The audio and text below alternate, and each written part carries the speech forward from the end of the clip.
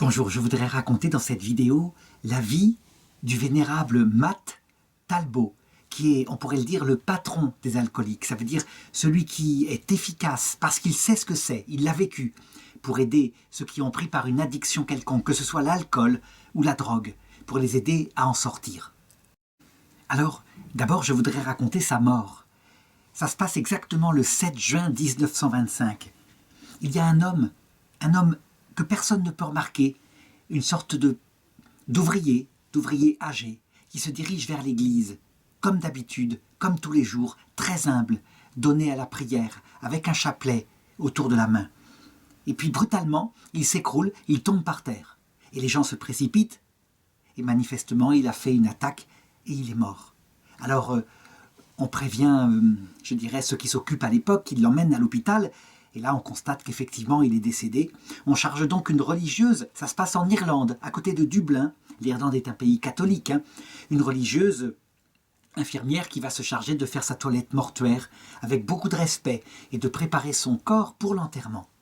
Et là, elle a la surprise d'abord de constater que son corps est très propre, ses vêtements sont impeccables.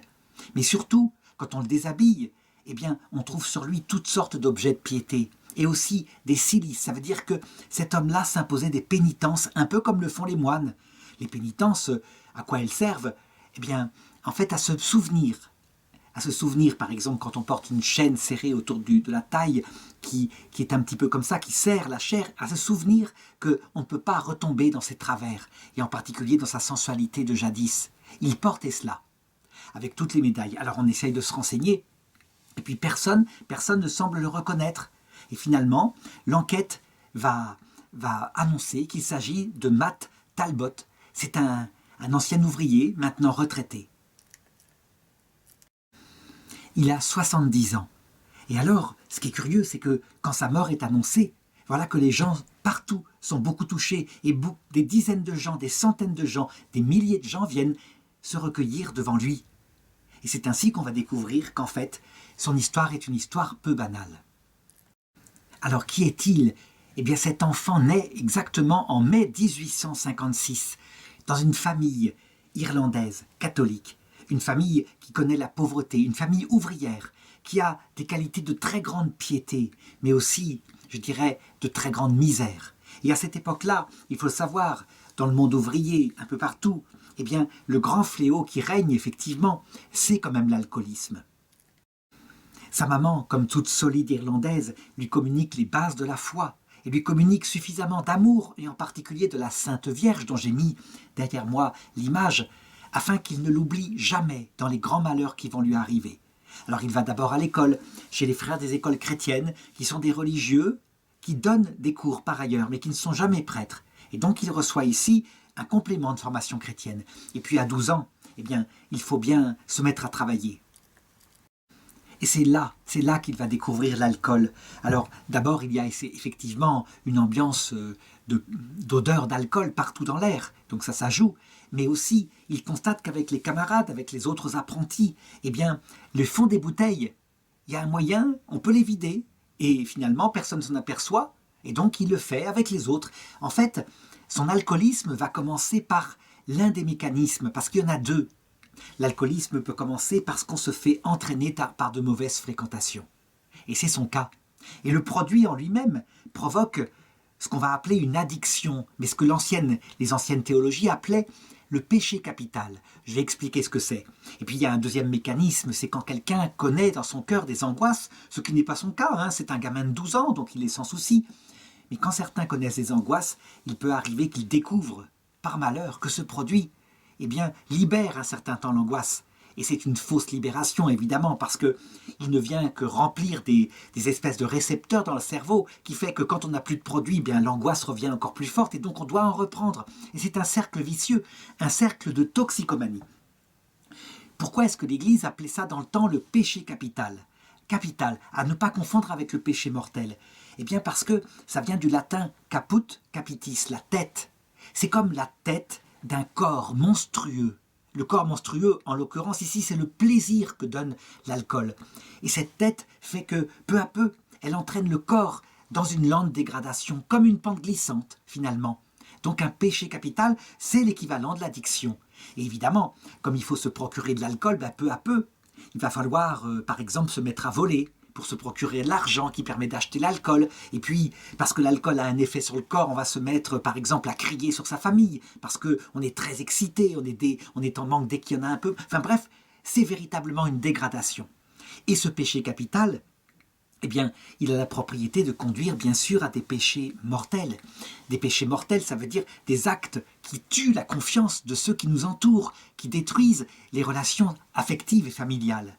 Eh bien, c'est ce qui va peu à peu se passer pour Marc, sauf que ses parents voient bien ce qui se passe. Son père ne veut pas qu'il tombe dans les mêmes travers que lui a connus, et donc il décide, il le peut, c'est lui l'autorité paternelle, de le changer de travail, et de le mettre à travailler avec lui dans les docks, et il sera sous sa surveillance. Mais c'est déjà trop tard, on peut dire que c'est un petit homme, il fait ce qu'il veut finalement, et donc ça va être peut-être pire encore que les choses, parce que non seulement il garde son alcoolisme, donc son goût pour les bouteilles, mais en plus, il rencontre d'autres dockers, et là, il apprend avec eux à dire des jurons à longueur de phrases. Et on sait, on est à cette période-là, dans la période de l'apparition de la Salette, on sait à quel point la Vierge de la Salette est désolée, et elle pleure de ces péchés-là. Vous ne cessez de mettre le nom de mon fils quand vous conduisez les charrettes, et de le prononcer comme ça en l'insultant, et vous n'observez pas le dimanche. Alors elle annonçait la famine de la pomme de terre, et on sait à quel point elle s'est abattue, en particulier sur l'Irlande. Autre phénomène grave, Matt Talbot, lui, jusqu'ici, il avait fini des fonds de bière, donc il en faut beaucoup pour s'alcooliser. Mais ses nouveaux compagnons lui font découvrir les alcools forts, et en particulier le whisky irlandais. Et alors là, il devient complètement dépendant, évidemment. Son père se rend compte de la gravité de la chose, et donc il essaye de le reprendre par la parole, en l'engueulant, par les coups de bâton aussi, c'est comme ça que ça se fait à l'époque. Mais lui, rien n'y fait, il résiste, pas question d'écouter. Et donc, je dirais, il se soustrait à l'autorité de son père, et là, il n'est plus rattrapable. C'est une lente dégradation qui se passe. Alors il quitte les docks pour ne plus être sous le regard de son père, et il s'engage comme maçon. Et là, il touche une paye. Et la paye, à cette époque-là, on n'a pas encore compris qu'il fallait mieux la donner, par exemple, à la mère ou à l'épouse. Non, on la donne à l'ouvrier. Alors, à peine sorti du travail, il va directement avec les copains au café. Et là, directement, la paye part dans les bouteilles d'alcool. C'est véritablement un crève-cœur de voir des jeunes hommes comme ça se perdre et les cafetiers s'enrichir du fruit de leur travail. Évidemment, lui n'est pas marié, mais quand ils sont mariés, c'est une véritable catastrophe familiale. Parce que la pauvre épouse doit aller chercher, comme elle le peut, ce mari dans l'estaminet, et puis quelquefois il se montre violent. Bref, le christianisme social de cette époque-là va véritablement, dans certains pays, prendre des mesures, en particulier par exemple en Belgique, pour que les allocations familiales, les aides, soient payées directement à l'épouse, qui, elle, en général, avait son devoir concernant les enfants et ne tombait pas dans de telles addictions. Alors, attention, tout n'est pas perdu en lui. Il y a ce que sa mère lui a communiqué, les racines de la foi, l'amour de la Vierge Marie. Toujours est-il que, tout en étant vulgaire, grossier, insultant, etc., quand il se retrouve le soir avec sa solitude, il se déteste. Il commence à avoir une haine profonde, un mépris profond pour lui. C'est ça aussi le mécanisme du péché capital dont je parlais tout à l'heure. Ça veut dire que le bon cœur est là, mais on ne peut pas, on est entraîné par son corps, et donc il retombe sans arrêt. Et il est entraîné de plus en plus à commettre des péchés mortels de faiblesse évidemment, de faiblesse donc due à son addiction, mais tout de même, ça veut dire que de plus en plus ceux qui veulent ne pas tomber là-dedans le fuient, et puis sa pauvre mère ne cesse de prier pour lui, elle ne sait pas quoi faire. Évidemment, quand il revient à la maison, tout le monde voit bien qu'il a encore bu, et c'est un de plus qui est tombé là-dedans. Dans ce grand malheur, je pourrais dire qu'il y a 3 choses qu'il a encore réussi à garder. Il aurait pu se faire entraîner, évidemment, avec des filles de mauvaise vie, et ça, il ne l'a pas fait. Peut-être par respect pour sa mère. Deuxièmement, par respect pour elle aussi, il va toujours à la messe le dimanche, mais il ne veut plus communier. Il sait bien que ce serait quelque chose d'indigne. Et puis, c'est un rude travailleur, fidèle, un travailleur énergique, On raconte qu'il avait l'énergie de 2-3 hommes, et ça, il continue à le faire. Et ça fait que, il gagne de l'argent, malgré tout. Mais enfin, la dégradation est en train de se produire de plus en plus. Souvent, rendu dans cet état-là, il faut un électrochoc. Et quand il n'y a pas une volonté de s'en sortir, on ne s'en sort pas. Je dirais, si la personne essayait de s'en sortir comme cela, simplement, l'envie qui vient de reboire fait qu'elle retombe très vite. On le sait très bien, c'est ce qu'on appelle les serments d'ivrogne. Eh bien, il va être secoué par la chose suivante. Et pour le moment, ce n'est pas encore l'action de la grâce. C'est plutôt une occasion qui va le marquer profondément. Nous sommes en 1884, il a 28 ans, et là, pour le coup, il n'a pas trouvé de travail pendant une semaine, ce qui est assez exceptionnel. Mais du coup, il n'a pas d'argent. Et c'est embêtant parce qu'il est en manque. L'alcool produit une addiction, et donc le sevrage comme ça d'alcool peut produire véritablement des crises de manque terribles.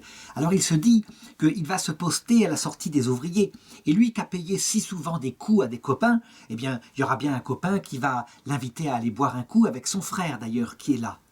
Et puis les ouvriers sortent, ils passent devant lui, ils le saluent, et personne ne l'invite. Ils partent tous comme ça. Alors au début, il est furieux, il se dit mais c'est quoi ? Ils n'ont aucune espèce d'attention à moi. Et puis, après, il est humilié, véritablement. Ça veut dire qu'il se rend compte comment, finalement, chaque ivrogne pense à lui, et c'est un peu ça qui se passe. Alors, avec cette colère mêlée d'humiliation, il retourne chez sa mère, et sa mère est toute surprise de le voir rentrer si tôt. D'habitude, il rentrait tard et alcoolisé. Et là, curieusement, à cause de ce choc terrible que ça lui a fait, lui qui est un homme plutôt d'honneur, extrêmement travailleur, comme je l'ai dit, et puis fidèle à ses copains, eh bien, il se met à réfléchir. Et il regarde sa mère, sa pauvre mère usée par le travail, qui est là, qui prépare toujours une soupe pour lui. Et lui, ça fait des mois qu'il ne lui a pas donné un seul sou. Et pourtant, il vit de son salaire, comme cela. Et là, il se met à pleurer. Quelque chose se passe en lui. Et alors, il se dit, cette saloperie d'alcool, il faut que j'arrête, il faut que j'arrête. Et donc, il en parle à sa mère. Elle est surprise. Et il lui dit, je crois que je vais faire un serment devant le Seigneur pour arrêter l'alcool définitivement. Et sa mère lui dit, mais ne fais pas de serment comme ça, tu ne vas pas le tenir. Et si on ne tient pas son serment, tu sais bien ce qui arrive. Il nous arrive des malheurs. Et il insiste, il dit, non, j'y arriverai, c'est une décision, et je le prononcerai au nom de Dieu. Et effectivement, il s'habille, et il part. Il part du côté du collège Sainte-Croix, il demande à voir un prêtre. Et là, il se confesse. Et évidemment, le prêtre, il lui avoue son désir de faire un serment définitif d'arrêter l'alcool. Le prêtre, il sait très bien comment ça se passe, les crises de manque terribles. Il en a vu des ivrognes qui retombent dans leur ivrognerie. Et donc, il lui dit ceci, écoute, le serment, tu le fais pour 3 mois. 3 mois, voilà. Et tu t'y tiens fermement. Mais tu t'y tiens d'abord pour demain, puis demain pour après-demain. Chaque jour suffit sa peine. Tu verras, ça va être dur, mais 3 mois. Voilà, on fixe ça.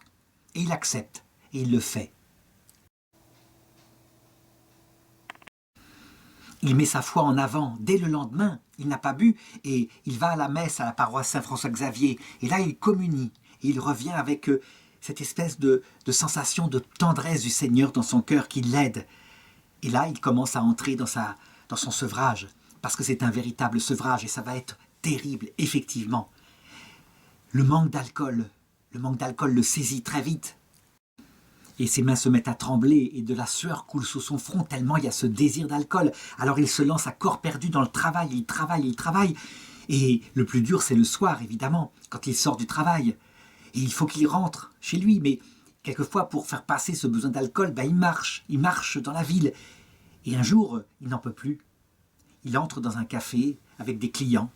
Et puis là, il a décidé, ne serait-ce que pour soulager, il va boire un verre.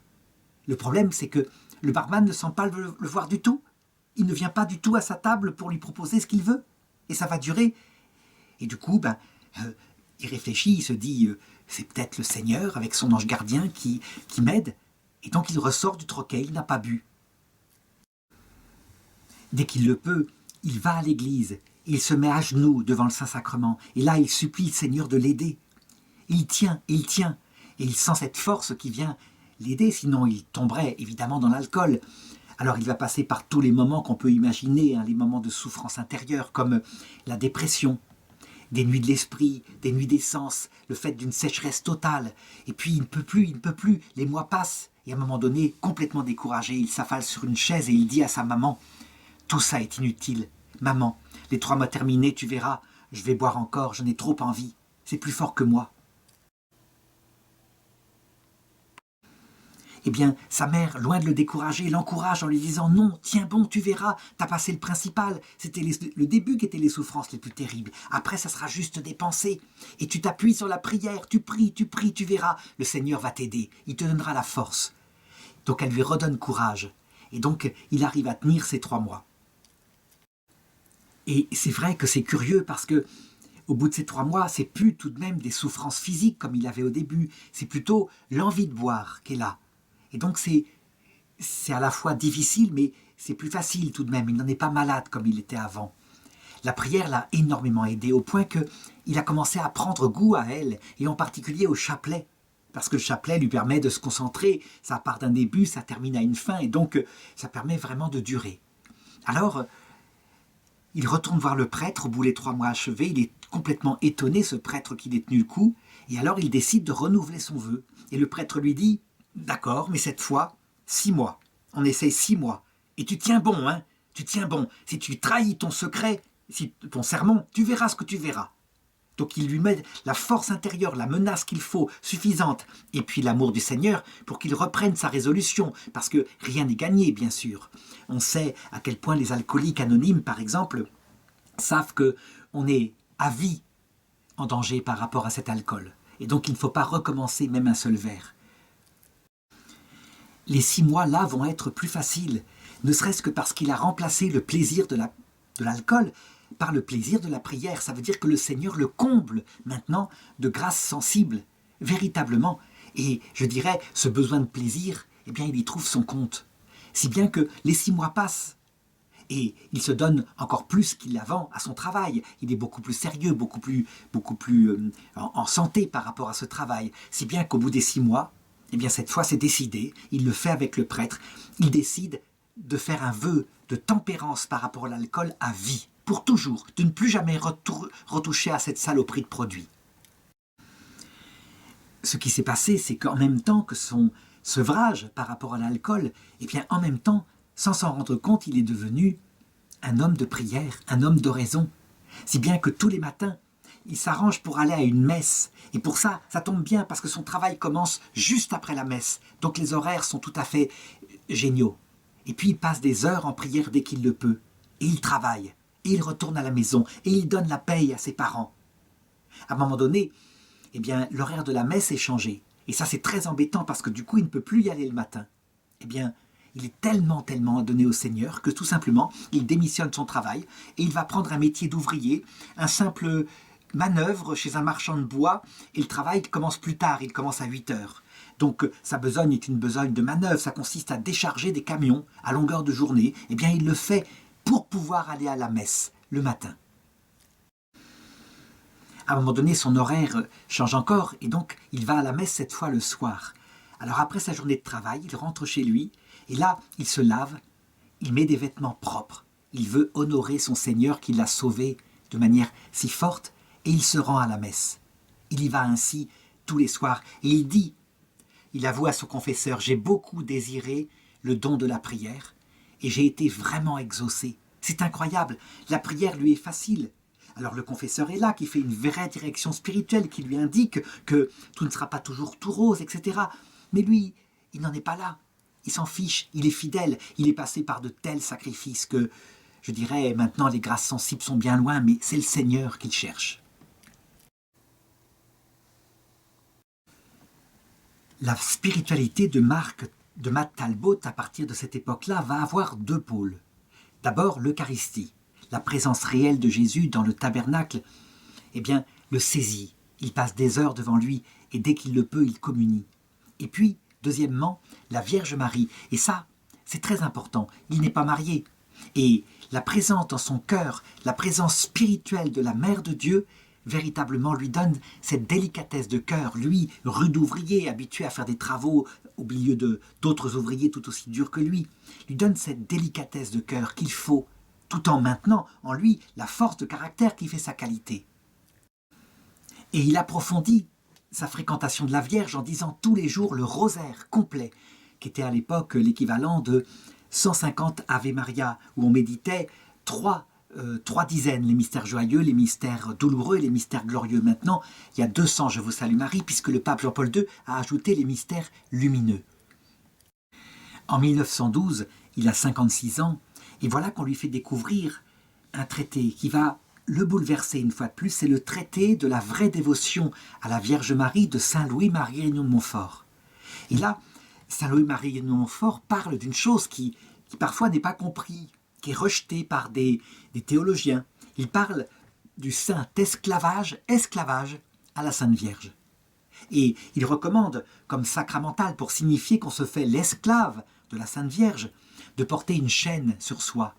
Et c'est de là que viennent les chaînes qu'on trouvera après sa mort sur lui. En fait, il décide immédiatement de se faire esclave de la Vierge Marie. Alors évidemment, dit comme ça, on pourrait dire, mais ça va pas. C'est pas une relation d'esclave qu'on a avec la Mère de Dieu. Non, c'est un esclavage d'amour, bien sûr. Ça veut dire qu'il remet entièrement sa vie à la Vierge Marie. Plus rien ne lui appartient. Il est à sa disposition, qu'elle fasse de lui ce qu'elle veut. Et en général, quand on fait une chose comme ça, se mettre dans les mains de la Vierge Marie, on peut dire qu'elle va utiliser les moyens de la douceur, des moyens maternels pour nous emmener au salut. Parce qu'elle sait très bien que pour voir Dieu dans l'autre monde face à face, il faut acquérir un cœur tout pauvre, tout humble.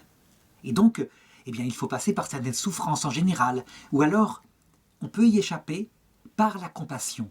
Un amour très doux, très sensible, qui fait qu'on souffre des souffrances d'autrui, et c'est comme si on les souffrait soi-même. Et il lui faut la Vierge Marie. En effet, Matt Talbot, c'est pas un demi-homme. C'est un homme fort, c'est un homme qui n'hésitait pas à cogner quand il n'était pas encore converti. Et donc, quand il entend par exemple des blasphèmes et des jurons, s'il se laisse aller à son caractère, il aura tendance à faire taire brutalement, s'il le faut, ceux qui blasphèment ainsi. Alors évidemment, comme il s'efforce de s'adoucir, très vite, ceux qui blasphèment exprès devant lui, pour, le mettre à l'épreuve. Et il se rend compte à un moment donné que ça ne sert à rien de provoquer la bagarre tout le temps, qu'il faut plutôt agir sur leur conscience. Alors il prend l'habitude de leur dire « Ne blasphémez pas, souvenez-vous que Dieu vous entend ». Et son caractère très fort passe aussi par la justice sociale. Ça veut dire qu'il a tendance à soutenir, quand il y a des grèves justes, à soutenir les grèves. Par exemple, un jour, il y a un contremaître qui s'est comporté de manière très très peu généreuse avec un ouvrier qui avait travaillé énormément pour le dépanner dans l'usine. Et lui, il va carrément le voir, il lui fait des reproches en face, comme ça. Et puis ensuite, il retourne chez lui.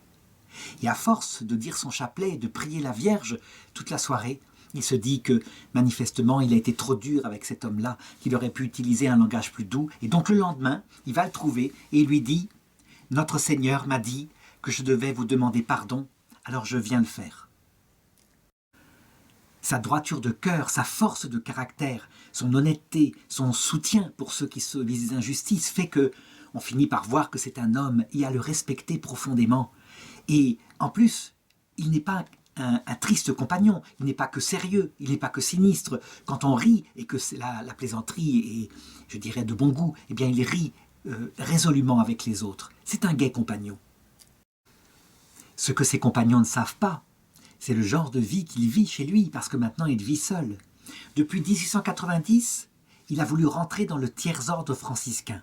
Il ne peut pas devenir frère franciscain lui-même, mais il adhère à cet esprit de la pauvreté de saint François, ce qui fait qu'il vit de rien, il dort sur une planche, il a un pauvre grabat, et l'argent qu'il gagne, parce que, comme je l'ai dit, il travaille, c'est un travailleur, eh bien, il lui sert à faire du bien. Il fait des dons importants à l'église, il fait des dons importants aux pauvres. Quand il a des compagnons qui sont dans un gros souci, qui peut être une maladie, etc., il leur donne, il est le premier à les aider.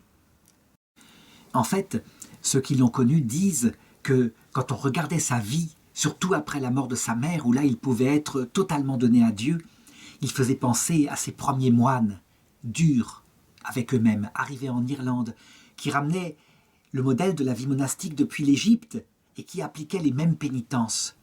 Il était là, profond, donné à la prière, très dur avec son corps, très doux avec les autres, et il fréquentait plusieurs messes par jour afin d'être tout le temps en dévotion.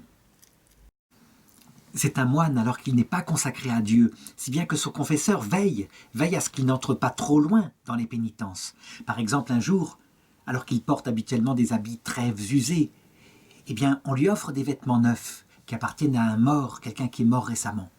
Et lui, il estime qu'il ne peut pas porter des vêtements aussi beaux, qu'il faut qu'il les donne. Alors son confesseur le reprend et lui dit « Matt Talbot, vous avez de bien méchants habits.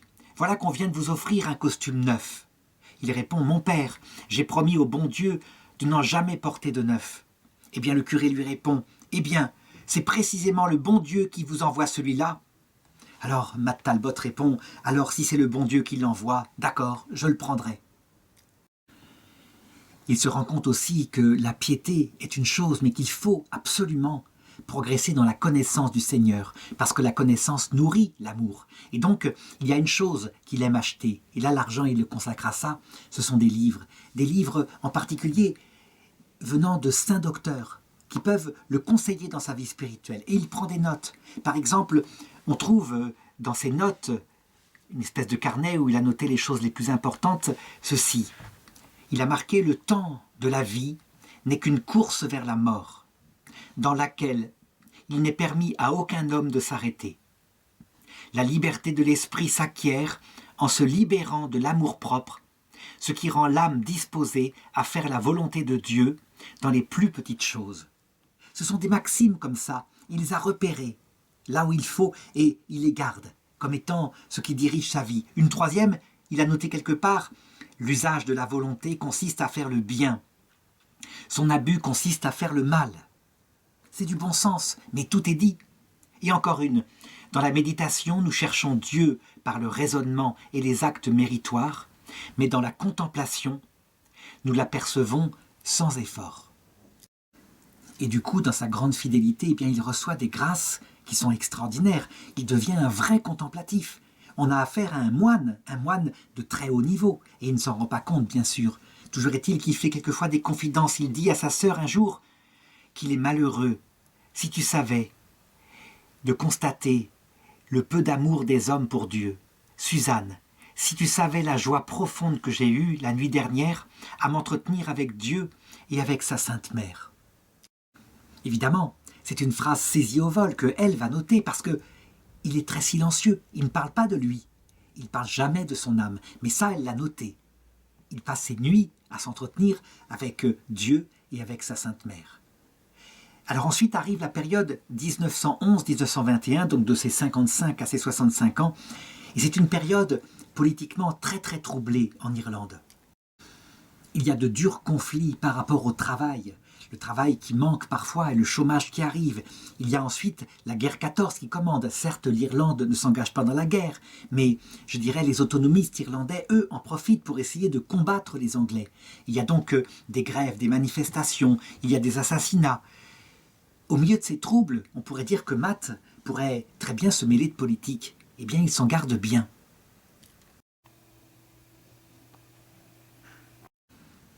La politique ne l'intéresse pas, et surtout ce conflit où on prend prétexte qu'on est catholique face aux Anglais protestants ne lui paraissent pas relever de Dieu. Par contre, il proteste comme syndicaliste, il proteste contre la misère des ouvriers mariés, en particulier ceux qui ont tellement de mal à assumer leur charge de famille. Et quand il faut manifester, il manifeste avec. Quand il faut donner de l'argent pour les aider, il donne de son argent. Lui qui n'est pas marié, il en a finalement. Et il continue sa vie ainsi. Il arrive ainsi en 1924, il a 67 ans. Et son corps est usé, manifestement.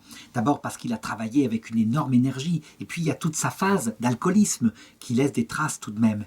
Si bien que son cœur commence à avoir des palpitations, véritablement. Et donc il doit être hospitalisé en 1923 et en 1925.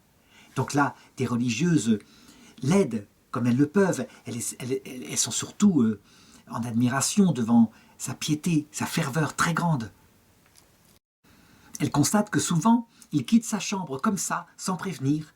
Et en fait, il est à la chapelle, si bien qu'un jour, on le cherche partout et la religieuse finit par le retrouver et lui indique à quel point elle a eu peur en ne le retrouvant pas dans l'hôpital. Alors il lui dit en souriant « Je suis allé remercier les religieuses et les médecins.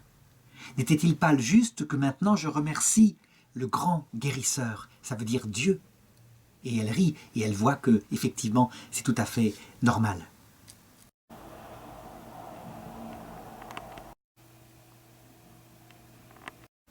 Et c'est ainsi que le 7 juin 1925, alors qu'il va vers l'église Saint-Sauveur, eh bien il s'affaisse sur le trottoir.